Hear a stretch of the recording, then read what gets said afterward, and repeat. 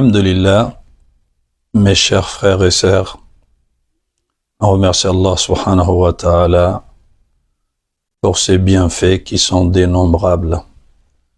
Parmi ses plus grands bienfaits, qui nous a guidés, de nous faire parmi les musulmans. On dit Alhamdulillah, allazi bi ni'amatihi tatimmu as-salihat. Masha'Allah, la quwwata illa billah. Aujourd'hui, nous allons parler d'un sujet qui est très important. On demande à Allah subhanahu wa ta'ala de nous acquérir la sincérité dans tout ce qu'on va dire et dans tout ce qu'on va faire. Et dans nos intentions aussi. Comment on va acquérir le bonheur? Le bonheur, chacun de nous aime ça, mais comment on va la gagner? Beaucoup de personnes ignorent ça aussi. Bon, il y a des signes qui font partie des signes du bonheur. C'est dans ce sujet-là, Inch'Allah, que nous allons aborder.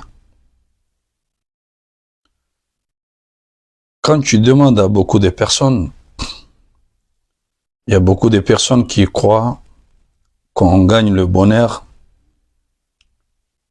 en gagnant des grandes places. Ou le bonheur, ça se trouve dans beaucoup d'argent, ou d'avoir les choses éphémères, les passions. Et quand on regarde, le bonheur ne se trouve pas dans toutes ces choses-là. Car quand on regarde, si le bonheur se trouvait vraiment avoir une très grande place au sein de la communauté ou sur cette terre, qu'on pourrait être quelqu'un de bien. Regardons l'exemple des pharaons. Le pharaon, Allah lui a donné une royauté qui était très grande et une puissance très forte. Mais le pharaon, l'orgueil, ça lui a aveugli jusqu'à que lui-même il dit que celui est Allah qui est aux cieux. Mais qu'est-ce qui a été la fin de sa royauté? Cet orgueil qui lui a rendu aveugle, ça lui a poussé que Allah subhanahu wa ta'ala il lui a détruit et toutes ses armées dans l'océan. Allah il a dit wa aghraqna ala fir'aun wa kullun kanu zalimin. Nous avons anéanti le pharaon et son armée. Ils étaient tous des injustes envers nous, envers le serviteur d'Allah subhanahu wa ta'ala. Il y en a qui croient aussi, ou ils pensent que le bonheur, on peut l'acquérir que d'avoir beaucoup d'argent. Allah subhanahu wa ta'ala nous a donné encore un autre exemple sur les riches qui s'appelait Qarun. Allah subhanahu wa ta'ala, il a parlé seulement des clés de ses trésors, pas le bien qui se trouve dans les trésors, les clés seulement. Allah il a dit wa ataynahu min al-kunuz, nous lui avons donné des trésors, ma inna mafatihahu latanu bil usbah ulil quwwa, des trésors qui leurs clés, pour les transporter il fallait des hommes, des groupes des hommes forts. Ça c'est seulement le clé, ce n'est pas le magasin, ce qui se trouve dedans. Mais cette richesse, ça lui a causé beaucoup de problèmes.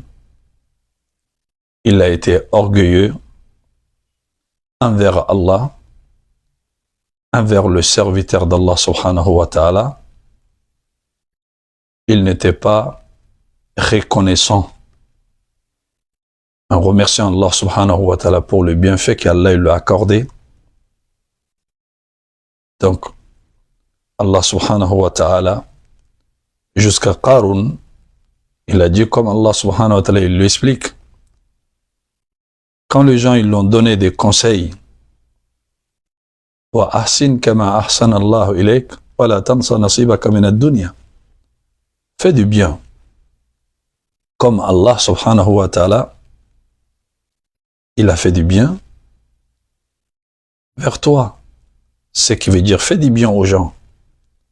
Cette richesse qu'Allah t'a donnée, n'oublie pas, tu ne vas pas rester ici.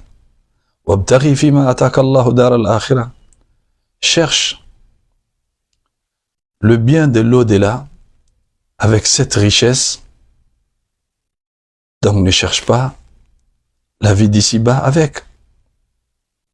Ne sois pas orgueilleux. Ne fais pas le mal avec cette richesse sur la terre. Car ça c'est quelque chose qu'Allah il n'aime pas. Donc Qarun, qu'est-ce qu'il a trouvé comme réponse? Innama utituhu ala ilmin indi. Si vous voyez toute cette richesse, Allah m'a pas donné. Ça c'est quelque chose que moi-même j'ai gagné avec mon savoir et mes techniques. Allah subhanahu wa ta'ala, il a dit fakhasafna bihi wa bidarihi al-ard. Donc nous lui avons englouti en dessous de la terre, lui et sa maison. Allah il les a effondrés dans la terre. Il avait dit que c'était son savoir et ses techniques, mais son savoir et ses techniques ne lui a pas empêché, et ni sa maison, d'être effondrée, engloutie dans la terre.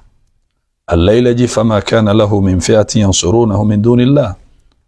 Le moment que Allah subhanahu wa ta'ala lui a détruit sa maison, il a dit il n'avait aucun groupe, il n'avait aucune personne qu'on pouvait lui protéger de mal qu'Allah subhanahu wa ta'ala ou les